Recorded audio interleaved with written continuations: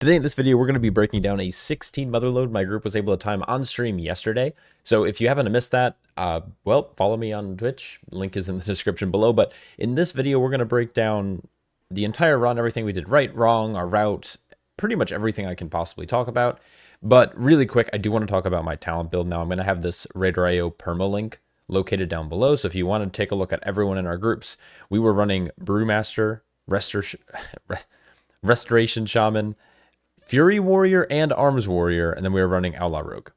So in terms of talents, I'm going to open this up actually in Wowhead. So the build I was running ended up dropping Zen Meditation. I am running One with the Wind and Strike at Dawn, which means that we're losing 1 point in the middle of our tree, but that's okay. I'm running Chi Surge for CDR. I am running Shado-pan. I know a lot of people are starting to swap over to Master of Harmony now. It's becoming more popular, especially after the recent buffs. We are running 1 sec of High Tolerance, but I think that's really everything that's notable about the build that's significantly different. This is not a dungeon that has a lot of heavy-hitting mobs. I can't justify running Oxdance in here.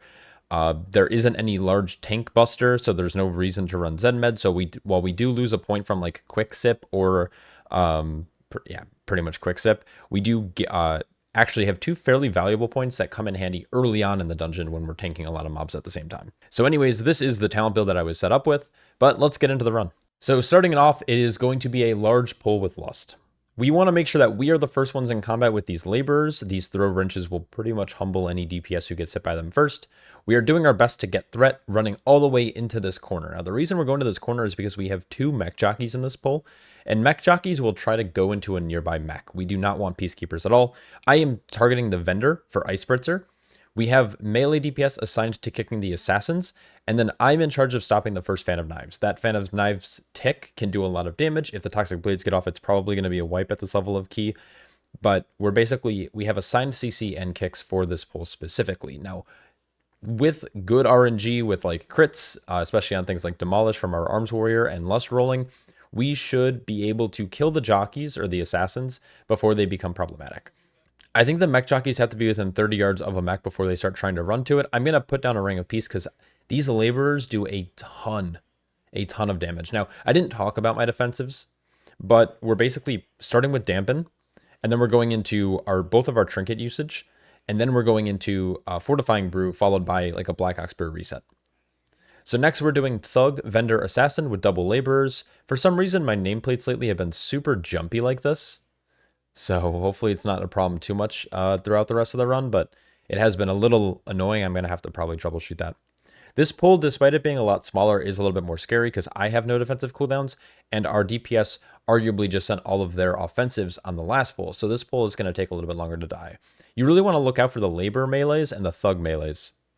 But once again, I'm always watching the vendor for Ice Spritzed, and then we are making sure that we're committing a CC to the Phantom Knives. We never want more than 1 or 2 ticks to go off because more than that, it becomes problematic. So one thing that we talked about in our runs is that we now chain this Peacekeeper. And most groups skip him. They're not very efficient. They're very dangerous, actually. But there's 2 things we're doing here. First, we have Warriors. So Spell Reflect goes kind of hard on the Charge Shield. Now, we don't reflect the first one, but it does roughly about 10% of their health in 1 hit. You're going to be able to reflect up to 2 of them per mob, which means that these guys have arguably 20% less health for our group because of the spell reflex that we're able to get off. And the other reason is because we're running Eye of Kazan, at least on 1 of our players or 2 of our players, and we know that eventually we'll be running it on more than that. So there was the Reflect tech. They basically taunt right when the cast is ready. The Charge Shield goes at them, they cast Reflect, and we're all good. Now, we originally talked about chaining it into this pull earlier, but I ended up holding off, and we're going to grab the Assassins instead. Once again, labors in the pull are pretty spooky. I'm going to be focusing the orange kick for Toxic Blades on the Assassin, and our other melee are going to just get the other kick on Diamond, and we're going to be chilling. Once again, pulling the jockey into this corner means that he won't run towards a mech, so all he's going to do is auto the tank and spam Grease Gun on your party members every once in a while. Notably, I am running 2 defensive trinkets in this dungeon. While I am running a more offensive talent build, I opted to run both Ringing Ritual Mud and Chrome Bustable Bomb Suit. These shields, being on demand on roughly like a 1.5 cooldown each, feels like I actually have defensive cooldowns compared to what I normally feel like when I'm playing with like more passive or damage trinkets. Same thing here. We're going to do the Peacekeeper by himself just for a little bit before chaining. Once the Charge Claw is ready, or whatever it's called, is ready to be casted, our warrior is going to taunt right here. He's going to run away a little bit, and then he's going to reflect. He did die by the sword just for safety. He didn't probably need to there. You can definitely do it without, but every once in a while the spell queuing gets really weird, and he might not try to cast it until he autos successfully once. I'm pinging here for the next move, and then with the Peacekeeper sub 30%, the next spell reflect should pretty much finish him off. So here comes the Charge Claw. It's in about 3 seconds. Warrior's going to taunt, run away, charge shield goes off, and it's going to finish him. And so now we're moving on to this double assassin thug pull. So the start of this dungeon's pretty slow for us. We definitely need to adapt the route a little bit, because even having a really clean run, I think we only ended up having like 1 death throughout the entire run. We are very close to the timer, which means that we need to make some type of changes to get a little bit more time back for the 17, which we're hoping to eventually time in the near future. A lot of the mobs at the start of this dungeon are just repeats, though. You have thugs, assassins, vendors, and jockeys, and they all do the same thing. They're just kind of set up in different packs.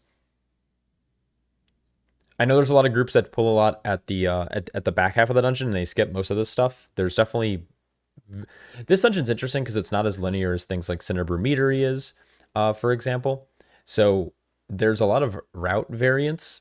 You just kind of need to figure out what works best for your group. Brewmaster and Fury Warrior and Outlaw Rogue definitely prefer smaller pulls, so it's really hard for me to like try to pull any bigger than I normally would. We are watching out for the tear gas, and then we are trying to stop that Fan of Knives cast. The taunt came out from our warrior on the Peacekeeper, and we were able to get that reflect, so a nice 10% off of his max health. Now, we've also talked about the damage on our group from this charge shield. It does quite a bit. And until our healer says, hey, this isn't like worthwhile, we're probably going to continue pulling Peacekeepers for a little bit. At least 2 of them. We've tried skipping the other one, but we've had varying success while doing that.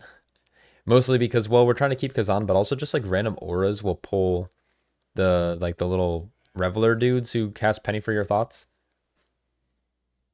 Anyways, that pull is a little scary. We're watching out for Ice Spritzer. We're watching out for the Thug Knockback and the Fan of Knives, plus the Spell Reflect. So there's actually a lot going on in that pull, and we executed it pretty well. Now this boss is pretty chill. I've definitely had a few mistakes myself, so I've been banned from doing the soccer balls. I think I still snuck a few in on this fight, but mostly our shaman is going to be doing all of the far ones, and our melee are going to try to help out with the close ones. And then we're going to try to milk a little bit. So what I mean by milk is that our shaman is going to run out. He's going to hold on before kicking it in, and then he's going to do it last second. And what that does is it extends the buff, or I guess the debuff on the coin-operated Crowd Pummeler. So you're sitting at 125% damage amp for about, 6 seconds, and then you extend it for the full 15 or 12 second duration up to 150. So you get a little bit more damage, and milking that is really important when you start to get into higher keys, because every second counts, and if we can extend a damage amp, we definitely want to do that. Now what I've done is I've pulled the boss a little bit back towards old coin piles, and this is helping just keeping the room a little bit more clear. What I've noticed, and I'm not sure if this is like super true lore canon accurate, but the other side of the room has a lot more of like weird gimmicky trash terrain that can make, depending on the ball spawns, near impossible to kick in. And we don't ever want to risk a wipe to that chance of it getting stuck on some random terrain that we have no control over. So I like to try to utilize just this side of the room, I guess the south side, and I just try to keep the coins stacked. So you can kind of pull him back and forth. One big change that they made since I guess its original inception is that he now has an animation for the coin magnet, and he can be moved during the cast. So tanks can move him away a little bit faster, more aggressively, and with more accuracy. Shocking Claw comes out. Generally, the coin magnet will follow shortly after the Shocking Claw. As you can see there, I was able to provoke him away. I don't know if you need to move him earlier as any other tank. I haven't done this on a high enough key for it to matter. But I have Hasty Provocation, which is a talent in our class tree that allows our taunt to give whatever we taunt 50% more movement speed for the 3 seconds. So being able to move a boss really quickly definitely helps on this fight. And we know we're sub 8%, so we're pretty much just going to kick these last balls in as quickly as possible just to try to finish off the boss. I'm trying not to move him too much. And we have one more ball up the hill. Our shaman's going to make his way up there. I'm also going to give him Tiger's Lust just so he can get out. And he was able to do it by the skin of his teeth. All right, next pull is going to be a little bit larger.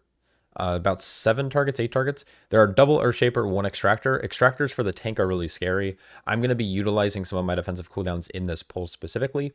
And how we're going to operate on the kicks is that we want to kick while the Extractor is not extracting. Once extraction starts, it's difficult to get in range or it's a little bit more RNG. So this is where we're going to save things like Leg Sweep, Shockwave or Blind or Cap Totem. So basically kick when everything is calm, and then when things get hectic, just use AoE CC, and it should be good.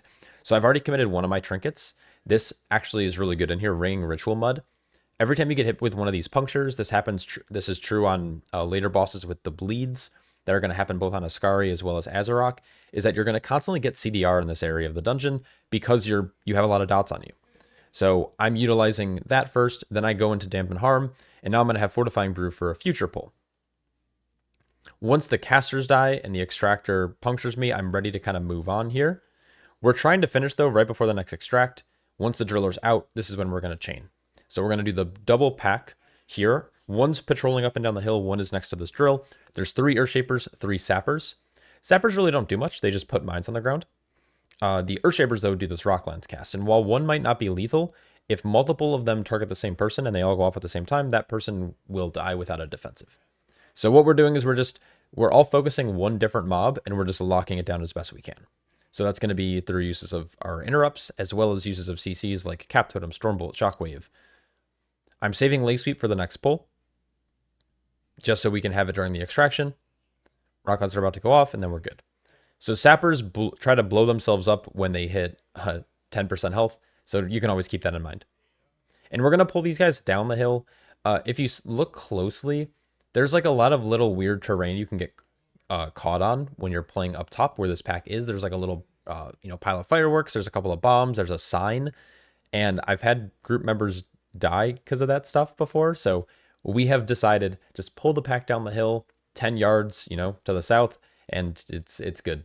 Everything's going to be peachy. This is similar to the first pull we did, except it's a little less trash to worry about. There's 2 casters, 1 extractor. Extractor is the primary focus. It has more health. This is a good meat target for any class that has, I guess, funnel or priority damage. Like Fury Warrior, for example, probably wants to just be hitting the extractor for their, whatever it's called, their frenzy. But once this guy goes down, I always forget about these drillers. I've been trying to make more of a conscious effort. Sometimes what I'll do is I'll roll away and then the driller starts mailing my DPS to death, which is never good. You never want that. All right, so this pull's pretty good. This pull's free. We're going to try to get the other Stone Fury in. The Tectonic Barrier is a fake cast. It does not scale with key level.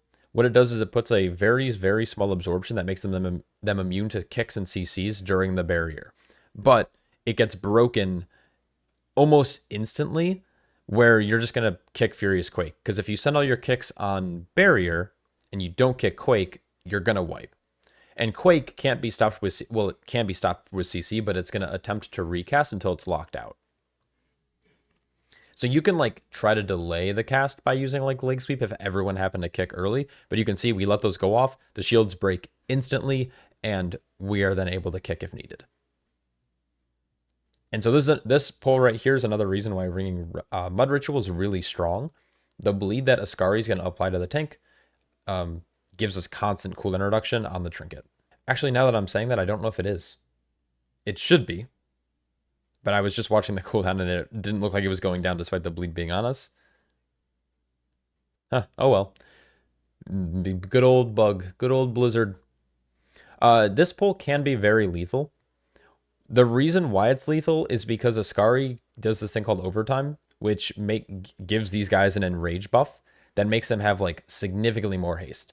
And the problem with this is when the sappers die, they blow up very fast. So if you happen to have a sapper at 4 or 5 stacks, they blow up almost instantaneously, which if your group's not paying attention to their health, they're going to get like flattened.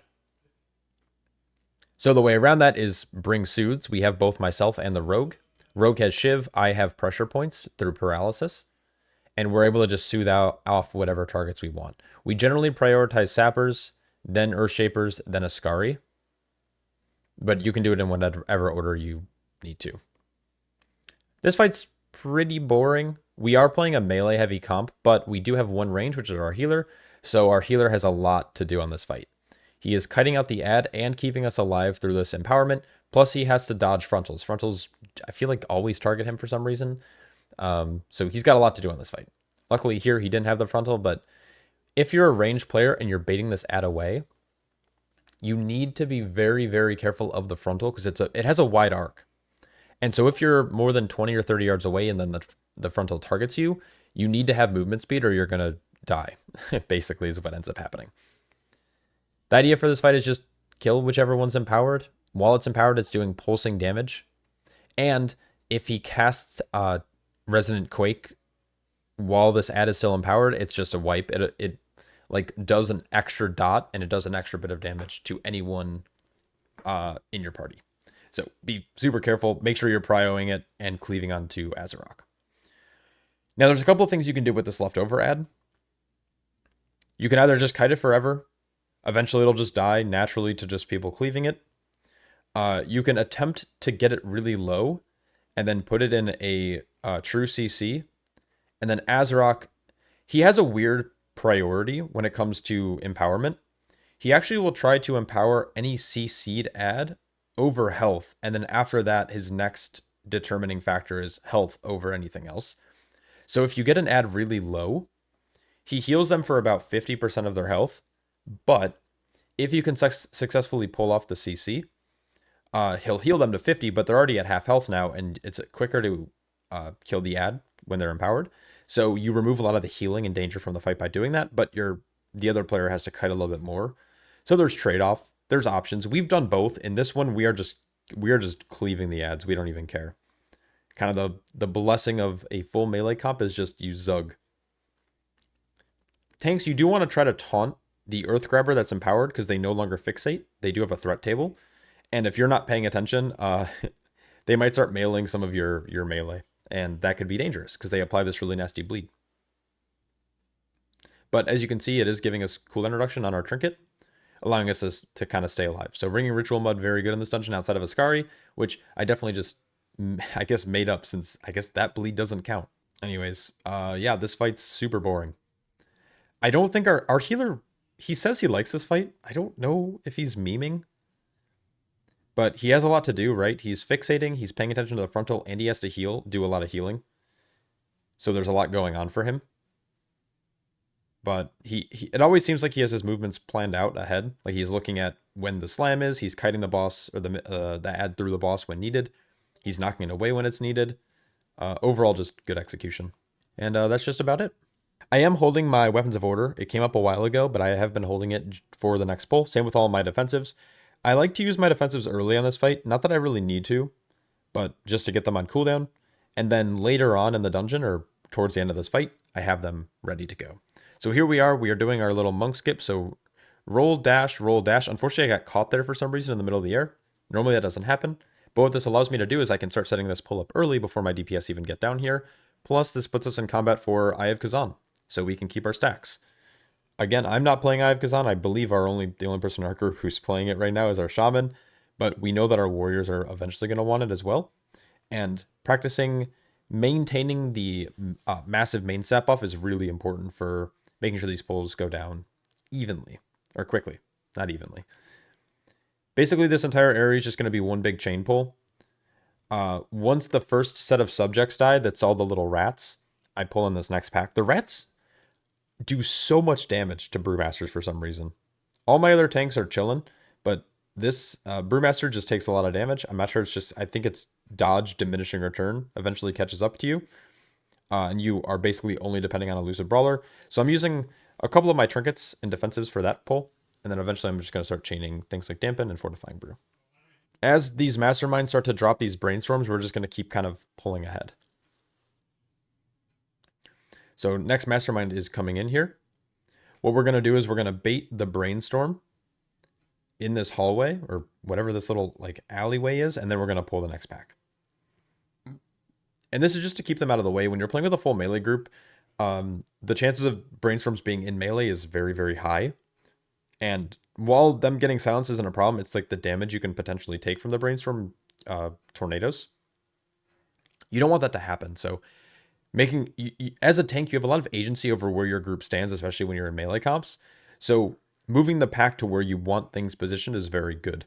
Now, when you're playing with like a more of a range group, let's say you're playing with like more of a caster build, you're probably not going to worry too much about Brainstorms. People are just going to have to watch out, bait them, and then move to a different spot. But again, as a tank, we have a lot of control and agency here. So again, we're just chaining as things die. We want to keep the momentum rolling. It also really helps our Arms Warrior. He's able to cast Warbreaker while mobs are at low health, and he's able to get that extra haste. And then same thing here. So we have Lust coming up in 10 seconds. Now, our idea for this dungeon is if we're clean, we can get 4 Lusts. We value 4 Lusts over 3 Lusts, even if they're not as opportune. So we're going to Lust basically right now. Or right now, there we go. Second late. And now we're just going to chain. Now we do need to be a little careful of weapon cesters. While they are low, they can be dangerous with their Echo Blade. Echo Blade is like a cleave. The best way I can describe it is it cleaves onto nearby allies, or I guess party members. So you want to try to spread with it, but you can also just keep delaying it by CCing it until they die. And now we do have Lust rolling for these Masterminds, which is kind of nice. Masterminds are a little scary with their Mind Lash. It's generally when things overlap. Like if 2 Mind Lash go on the same player, it's probably that player needs to be panicking. Also, if you get targeted by the Echo Blade, probably panicking, or the Alchemist. So we nuked one of the Masterminds. The other one is still very healthy. So what we're going to do is once these Brainstorms go off, we're going to just start walking with this guy. And now that he's low enough, what we're going to do is we're just going to pull him into boss. And this is going to help again. Once again, our Arms Warrior is going to be able to send a Warbreaker, and he's going to be able to get that additional haste for I think it's into the kill gives them additional haste. And so it's just a damage boost for us. This is a comp that really values momentum. Our Rogue wants to generally keep combat for his AR. We have the Warbreaker in for the kill, and then we also have like your warrior the Fury Warrior wants to kind of always have a high health target to hit. So by chaining consistently, they're able to keep like high frenzy stacks by always being able to stay on like a large target. And this fight is the most boring fight ever made, so I don't really know what to talk about here. Basically, there's only ever 2 quadrants you need to pay attention to. It's this front left, front right. The back ones always get filled up with Azerite, and you don't even have to clear the full room. The only thing you ever have to clear is like the patch of Azerite you spawn from the Azerite Catalyst, which targets a random player. Now, this random Azerite can also be melded or vanished off. So if you have someone who can meld, you don't even have to you just meld immediately before the circle starts spawning, and it stops the cast, and she'll just go ahead and she'll start doing Propellant Blast. And that's the fight. Now this boss does a lot of random damage, and it's probably my biggest frustrating. The most frustrating element of this fight is that there is no tank telegraphed tank buster, or it's like her auto attacks, but they're inconsistent.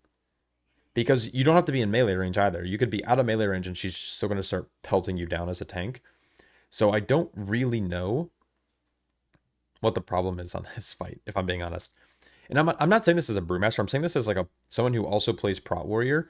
Like my Prot Warrior will randomly get splattered on this fight. Not that I die, but I'll go from 100 to 40% health in one hit.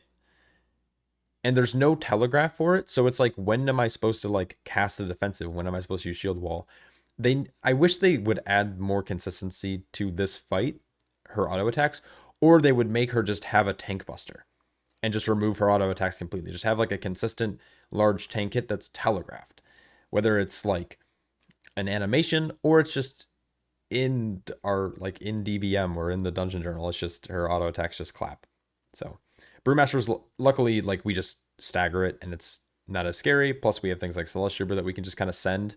We send it for damage on special delivery, but we can also just send it to send it. And that's it. We're just walking back and forth. Now that she's at low health, we'll just finish her off here. And I think with touch. No, I decided not to touch. All right, so we're at 83% count. Haters might say we have too much. I say we have too... Actually, no, we have the perfect amount of trash. We're going to trigger 2 of these mines because we need them. And then this is going to put us right at 90. And the last pull of the dungeon is going to be 10%. So we're going to be at 100. It's good. Big math. The math is mathing. Specialists always target range. So our shaman is standing nice and far away so we can keep uptime.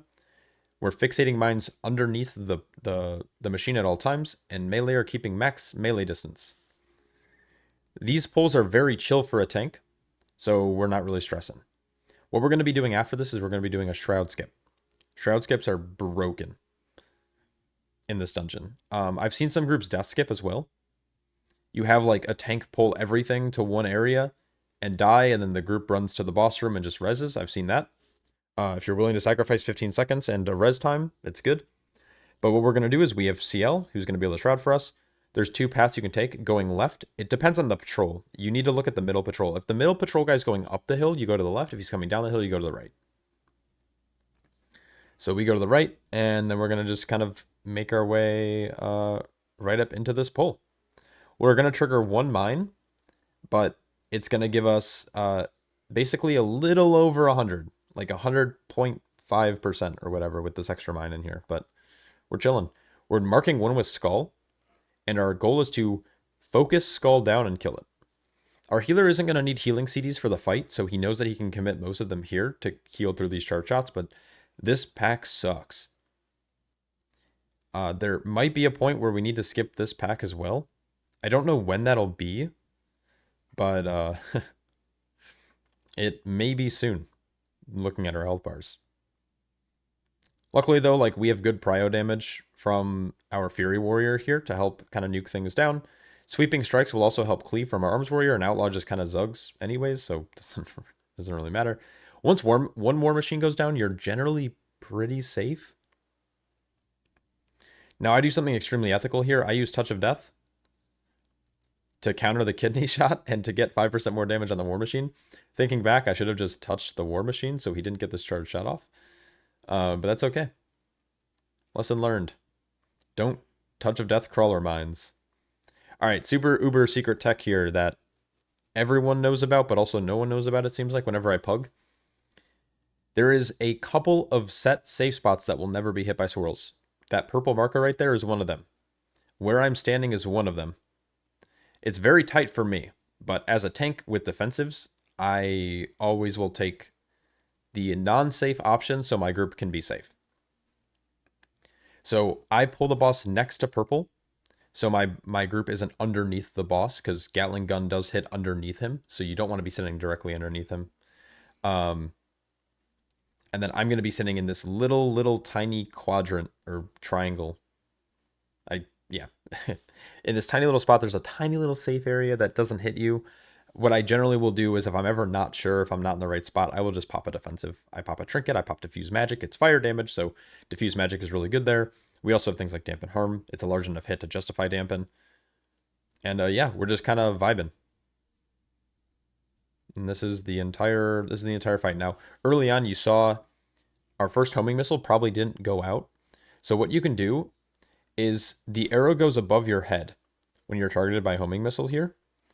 And if you can meld, vanish, feign, or invis, so basically hunter, mage, rogue, or if you're a night elf player, you can just pop your ability, and then the red arrow is going to stay over your head, but the homing missile will never go out. I think we do it once again in the last phase, so maybe I'll try to point it out when we get there again. And then the intermission is kind of the scariest part of this encounter. It's the overlap of double buster shot with the boss slamming. So you basically have the window of you need these skyrockets or sky scorchers to die before the first slam happens. Luckily, we have Touch of Death. And that's going to keep everyone nice and healthy for this here. We're going to use Rallying Cry to make sure we're super healthy.